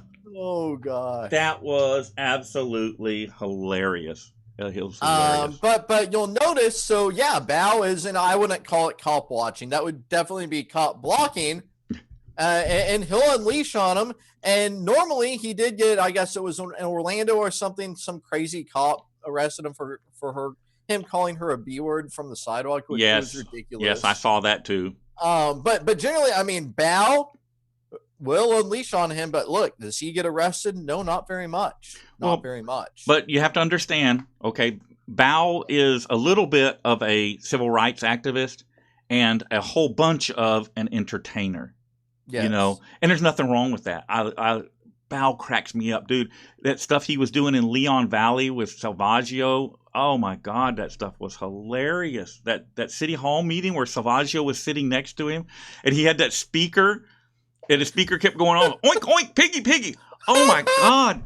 Oh man, I was laughing so hard I had tears coming out of my eyes. Oh, and what was Joe thinking? He's sitting there with his arm around Bow, and they're like, "Hey, you want to give me a kiss?" And oh my gosh, it was so. I think that's probably why Bow got charged, right? Can you imagine what it was like for Joe the next time he went to that police chief's meeting and they said, "Hey Joe, we saw the live stream." You know, and Leon Valley. If Salvaggio had just kept behaving like that whole mess with Leon Valley would have just died and went away, and everybody would have had a good laugh about it. It was almost over. I know. He could have actually just had a regular press conference, and it would have been over. It would have been done. But they had to make something out of it. They had to exercise their egos, you know. And I hear you've got a whole bunch of emails about me from Leon Valley. Imagine that. Yeah, a whole stack of Joe's emails, about 4,000 pages. Yeah, just because I know that word will get back to Joe. Don't worry, Joe. Don't worry. I haven't forgotten about you. Oh, that's beautiful, David. That's beautiful. I love it. Just because the lawsuit hasn't been filed yet, the statute of limitations isn't up. So don't think that I've forgotten you. I haven't. Well, that's beautiful. Much love. Much love. I need the money. Speaking about Clash with Bow, guys, this is a really important update. I believe on, what is it, Monday maybe? Yeah, on Monday, he's in court for that felony retaliation case. You know, where non-cops, where people who were purportedly non-cops and who also were not Bow posted things that were purportedly things that you can say about me or David, but you can't say about a police officer on YouTube, which is not a site that BAO controls. And they're trying to put BAO away for that. Again, these are people who purportedly were not state actors, police officers who made statements on a website that wasn't BAO's and said things that you can say about me, you can say about David, but you cannot say them about a government actor, a police officer, and they're trying to put BAO away for that. Yep. Now, did y'all follow how messed up that is? Yep. I've actually had police departments publish my home address. I've had off-duty police officers publish my home address. And it wasn't until I got wise to their game that I was able to counteract that. And I've had them publish the home addresses of my children. And what I've come up with, what I've done with that is I will give them a warning. And it's really simple. You guys, if you're going to leave this stuff up and you're going to do this, that's fine. But when I do it to you and your children and your spouses and your family members, don't go crying to the DA about it, because I'll take that charge. Because I don't think there's a jury that's going to convict me after you did it first. So, and that has been effective. For the most part, the cops that have done that have backed off and quit when I put it to them that way. Yeah, and I think sunlight, the threat of sunlight always makes those cockroaches scurry back under their rock. They get bold, when they go to their little blue lion meetings and their other liar buddies, they get a little more confidence. But then when they think about, things could come into light, kind of back off. So let's see. Staying on the right of way, the traditional public forum, the public sidewalk, we covered that. Staying calm, your attitude. You said something there. He kept saying, well, do you have an ID? Do you have an ID? Do you have your name and date of birth? No, officer, I guess I forgot that. Actually, I carry my name and date of birth with me everywhere I go. I keep it right here. Good luck getting in there to get it. Your walking insurance. Why didn't you have your walking insurance, David? No, you see your ID, your driver's license and proof of insurance. You're gonna have to have some of that lawsuit insurance, I guess, like they carry. But you finally said something when he kept questioning you, and I think especially when they said you're being detained. What was it that you said? I believe I said I don't want to answer any more questions. I want a lawyer. And why did you say that? Because you should never talk to the police. Don't try to emulate me toying with these fools. Shut up. Shut up. If you're being questioned by the police, it's because they are trying to get information from you to self-incriminate. Shut up. Never, ever talk to the police. I saw a comment in the chat a while back. They said, always film your interactions with government. Just, you don't necessarily need to go out and look for interactions if you're not doing this, to be an activist, if you will. So what do you think about that, generally recording your interactions with government? And if you agree with that, how should people go about doing that in terms of just kind of like style and maybe equipment recommendations too? You can do it right from your cell phone. Just, for instance, let's say you're walking down the sidewalk and the police come up and want to ask you questions. As soon as you see them coming, start your recorder. I'm going to give you a good example. Hey, we've got our body cameras running. You don't need to record us. Our body cameras are on. They said that there in that Missouri City video. They did. Do you know how many body cameras were running? None. 0. Mine was the only body camera running. So don't believe that. You record it, because the other thing about it is, even if their body cameras are running, they're not going to give you the footage.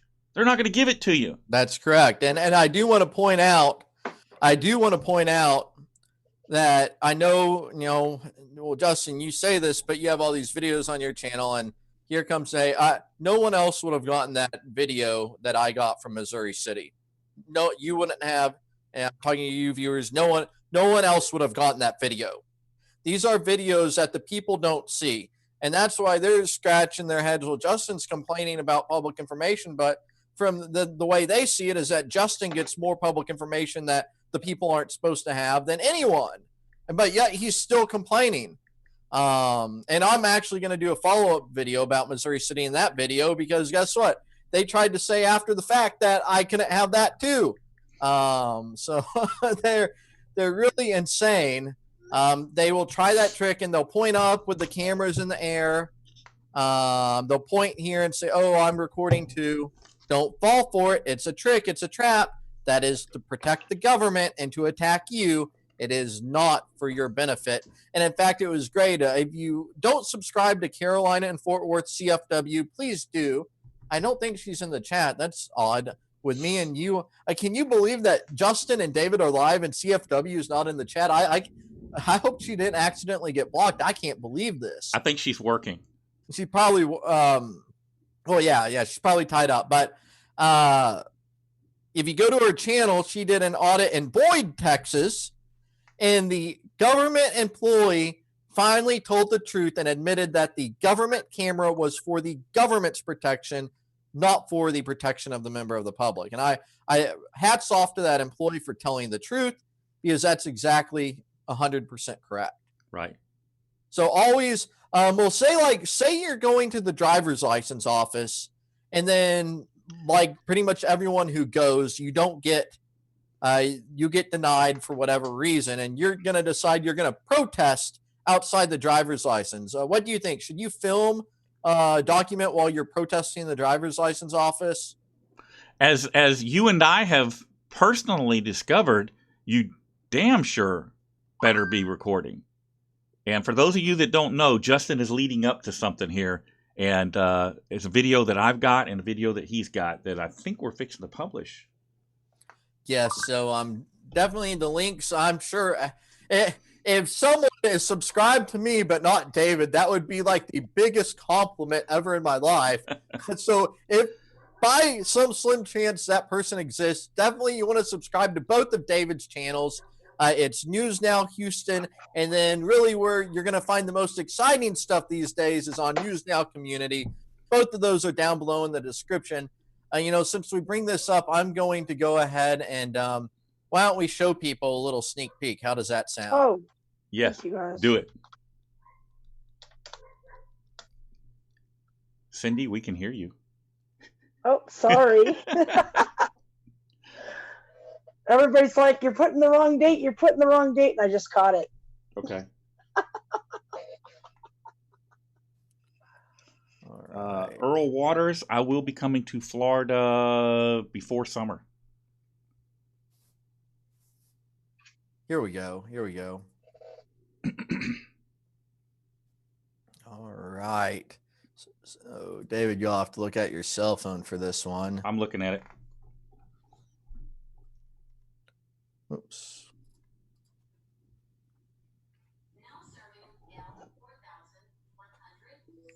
Right up there, guys.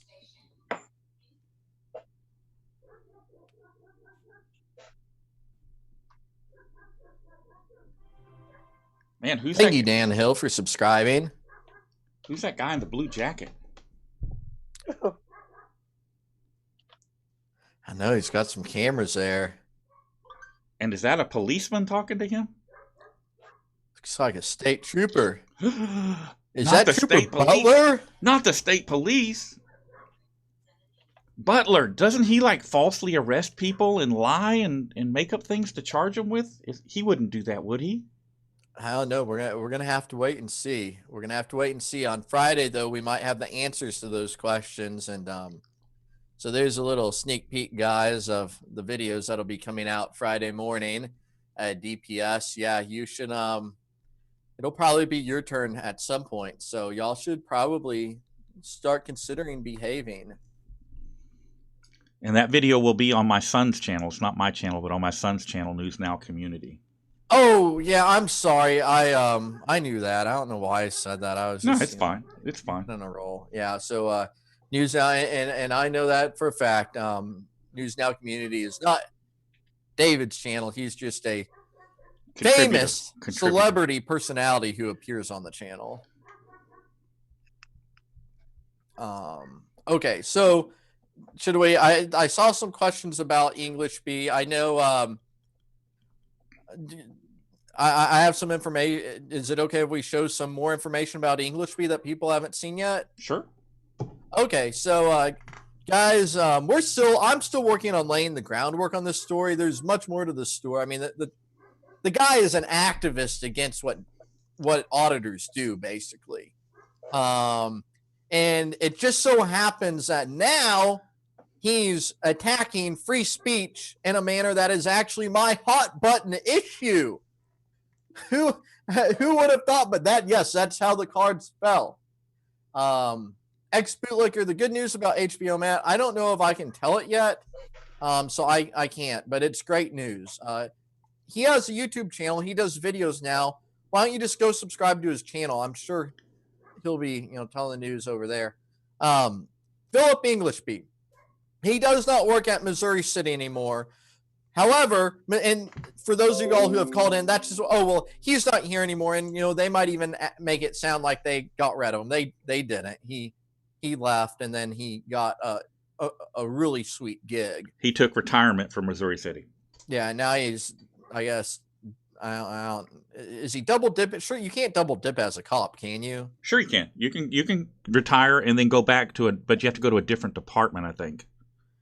So it's possible he's even double dipping. I don't know. But he did retire from Missouri City. But Missouri City never punished him at all. Not a single bit. They really didn't change how they operated, other than when they know that one of us is out there, they send out messages and tell people to stay away. They haven't changed. And that's the problem. And when I go, and y'all should do the same, and when you do, when you know that a police officer behaved inappropriately, broke the law, etc., and you go and pull his file, there better be some real disciplinary action. And if there's not, you better start replacing everyone at that city from the top down. City council, mayor, city administrator, police chief, police administrators. Of course, the internal affair guys from Missouri City, he left too. No, the internal affairs guys, Englishby was their internal affairs sergeant. Oh, I thought his boss was the internal affairs guy. No. Englishby was it. So Jimison wasn't. What was Jimison? Jimison was the assistant chief, one of the assistant chiefs. So I guess Englishby was internal affairs, but since he was in trouble, someone else had to do the complaint. Is that the deal? I don't know the answer to that. When I went out there to make my complaint, Jimison was there, and he allowed me in and sat down, and we had a discussion about it. So we have here, if the internal affairs guy, though, gets no punishment. And what was telling, you didn't see, I don't know if David saw this part. You may have already been out of the building, but I want to show the end of my video. Did you see this part? This part was very telling to me. Show it to me. Let me see. I'm about to swap it over. Watch this, guys. This is right when David's leaving.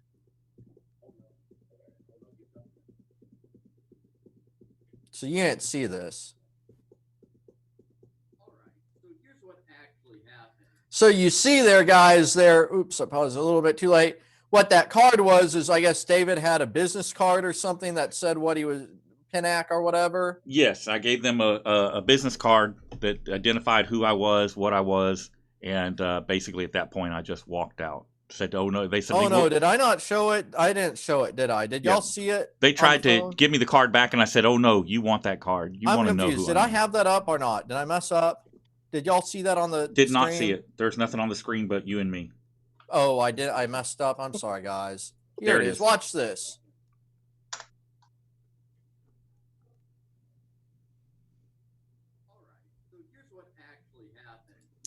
So what they're doing there at the end is they're showing the card, kind of starting to laugh, wave, come on, well, let's get in first. And it's clear to me that they went into contempt of cop mode immediately. No telling what all they were saying about David. One thing I do know is that, like, near immediately, and I don't know if one of those guys was Captain Harris or not, but whoever Captain Harris is, the first thing he did was went back and he started emailing everyone he could think of to shut down David.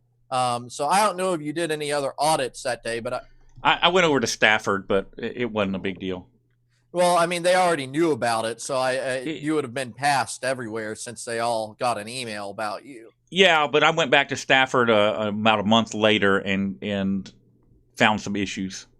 Well, we're not necessarily purporting that these guys are terribly competent. A month, I mean, gosh, that's a long time. You forget things. Yeah. So I think what that shows is right off the bat, their attitude was not, hey, we messed up, or hey, we acted inappropriately. It's like, oh, hey, ha ha ha, News Now Houston, ha ha ha, this guy, let's go warn everyone else. Let's, ha ha ha. It to me, none of them think that the violation of our civil liberties is a big deal. I believe that.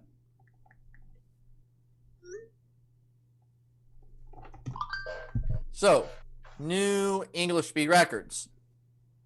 Englishby, as David said, retired from Missouri City, and he got his boss from Missouri City became the police chief at Prairie View A&M University. That's west of Houston and Waller County. And so here's the first thing. When he sorry, an extra good citizen just sent me some documents. Back to this. So Jemison said, hey, Englishby, come over here to Prairie View A&M. And this was May of last year. And they offered him $58,000. And immediately, the response is no. No, see, based on my conversation with Jemison, no, it was going to be 6%. We weren't going to do 58. We were going to do 62,000. These are public servants who work for us, the poor college kids, and they're sitting there arguing over salary, right? So, and this is, it's all a good old boy system there. I'd love if someone wants to help me figure out how many people applied to this job. I'd love to see that. I'm betting there were no applicants. I'm betting that was what I would assume too. Yeah, it should have been a publicly posted position, but I'm betting that there were no applicants. So they say, oh, I wasn't aware. The HR person's thinking, oh, this isn't, or the administrative assistant's thinking, oh, that's interesting. And because remember, Jemison and Englishby, they're just like casual like colleagues. They don't really know each other, right, David? That is not correct. Oh, what is it then? Well, I mean, they've worked together for many years, so yeah, they know each other. So they know each other quite well. I would believe that to be the case. And they probably talk to each other directly. That would be my testimony in a court of law. And Jemison, I guess, thinks favorably of Englishby. That has been what he has told me. That would be my testimony in a court of law. So it seems to me that Englishby obviously had a... Hey, awesome, HBO Matt. He's saying y'all should subscribe to his channel for important updates that he'll tell y'all. Victory updates, and success is always great. So check that out. So it seems to me that he, the buddies said, hey, and English goes, well, hey, buddy, Jemison, a raise would be nice. Well, how about $62,000? And apparently that went outside the administrative assistant who wasn't aware, because, they're not, not necessarily going through the normal university channels. And so I found this document here, and you see they're doing a workup. They're looking at what would 6% be. Oh, but then what if we gave them a 10% rate? What if we dumped that to 10% more at 64,000? And they settled on the 62, right? That was like the mid-May, but his starting date would be the starting date would be only May 27th. Okay, so starting day is May 27th. Y'all got this all down. And he already bumped the salary up $4,000, and it's possible he's even receiving a retirement from Missouri City. If you could just let us know in the chat, Lieutenant Englishby, that would make it a lot easier if you could just tell us in the chat, please. He is getting money from his retirement at Missouri City. Huh? He is getting his retirement money for Missouri City. He gets that. Okay, and so y'all are welcome to call in. I'm sure y'all have David's phone number and everything, and our Jemison, if you want to talk. I know last live stream you finally wanted to talk once I was on the air, but it was a little too late at that point. Don't worry, I'll be around. I'll probably wait till David's done, and so he can come around too, and we'll be around. We've probably already been around. So remember, the start date was what, May 27th? So 2 days later, on May 30th, we have this. Oh, hey, request for new. This is 3 days after his start date.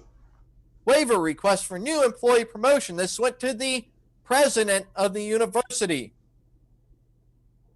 And it's a waiver because Texas A&M, yes, I know you have Rick Perry, and now you have Abbott cronies and John Sharp's cronies. I get it. There's a lot of cronyism. Tons of cronyism, but they actually try to have policies in place to prevent this sort of cronyism, what's going on.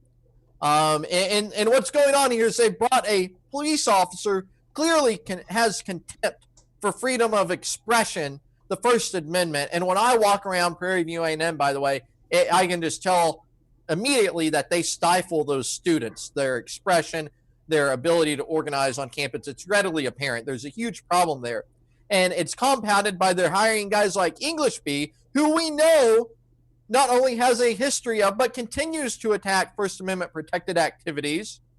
They hire him as sergeant, and then we'll get to what he is now. And so he's actually the person who reviews and gets to approve whether student organizations can even have events or not. And I saw it, he denies them. He denies their ability to organize, to communicate under the First Amendment. This is the kind of guy who they have laying down the law, stifling the students at Prairie View. It's disgusting to me. I'm just getting started. I've been helping a lot of other people out, so I haven't focused on this, but by the end of it, I mean, Jemison and Englishby might just consider going ahead and taking the strategy out of Leon Valley and moving on. So this is the May 30th memo from Englishby, and talks about maintaining a workforce of skilled professionals.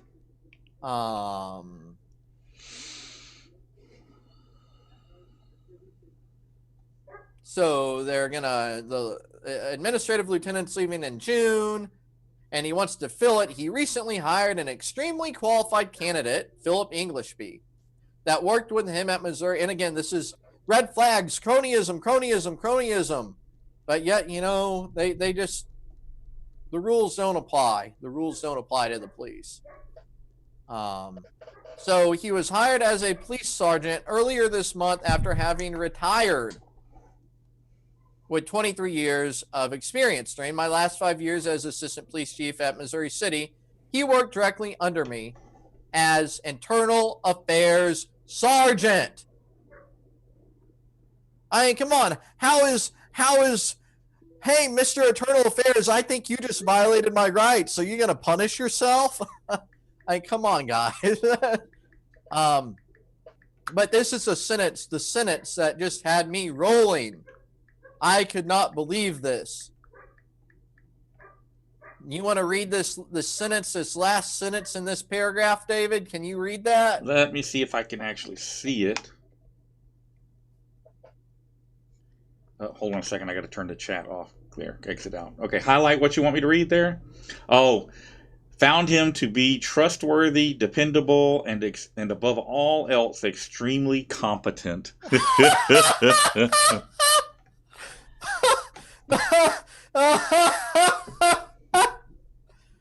Oh gosh.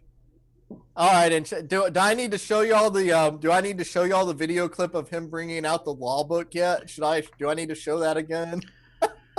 Y'all have already seen that. Y'all have that in your mind, right?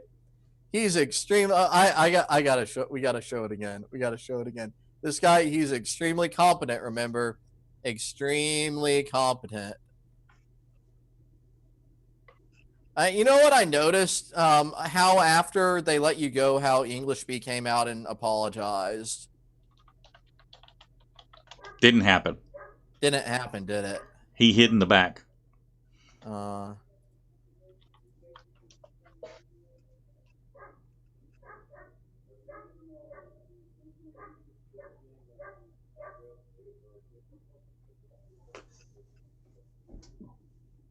You got to get the audio. They need to hear the audio. They can hear it. You can't. Oh, okay.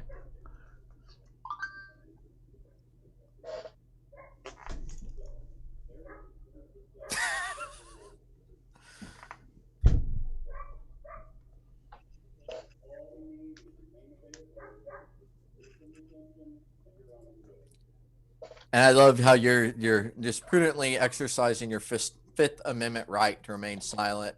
You're like, oh my gosh, this guy. No, I was sitting there and I'm just like shocked. I mean, beyond shocked. I was stunned. It's like, are you kidding me? He just read it out of the book.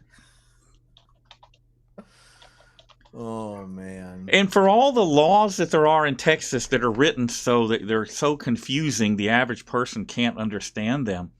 Our identification law, 3802, is about as plain as it gets. Mm-hmm.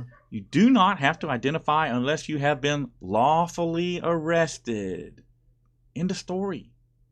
And they should know that's the way it is because their police union and the bootlicker state representatives and senators always try to make us a stop and identify state every 2 years in the legislative session. Fortunately, that's been failing, but I assume in the next 2 or 4 years, if we don't organize, that law will pass. Yeah.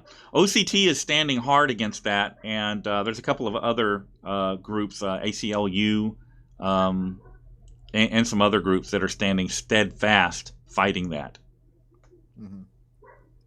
So again, this is the officer, the supervisor, not just an officer, he was sergeant at that point, of internal affairs tasked with charging whether officers break policy and the law. And Jimison says, I found him to be trustworthy, dependable, and above all, extremely competent. He was not just the internal affairs sergeant, he was also the training sergeant. Oh gosh. Now you know. Now you know what was wrong with Missouri City yeah. Oh, and they would even hold like training courses for other departments to come by too. Yeah. And do you know what his personal hobby is?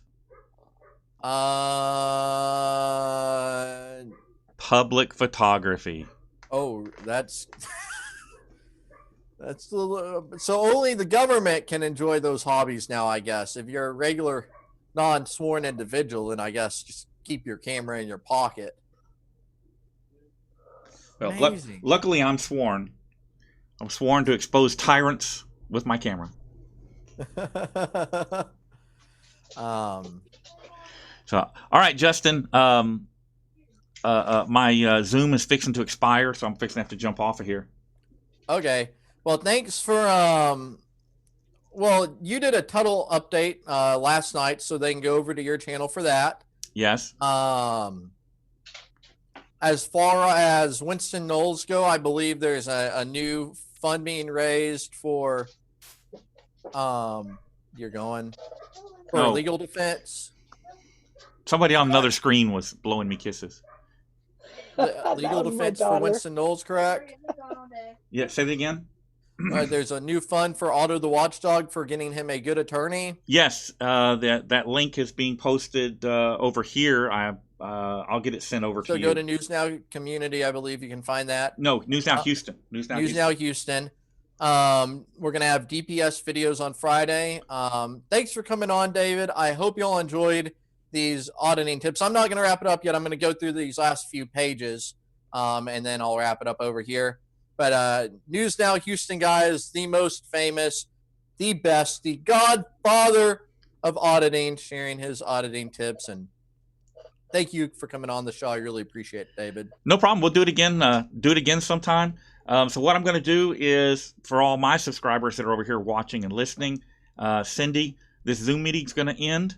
All right, and you've got something we want to cover. So what I'm going to do is, after we end it, I'll come back in and send you a link, and we'll come back on again.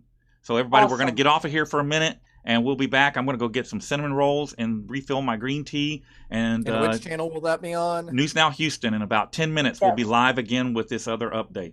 News Now Houston, and so I'll be done by then too. Okay, cool, man. Thanks for coming on. We'll see you next time. Bye, David. All right, Cindy, we're out. All right, thanks. I'll text you in a few minutes. Okay. All right. Bye.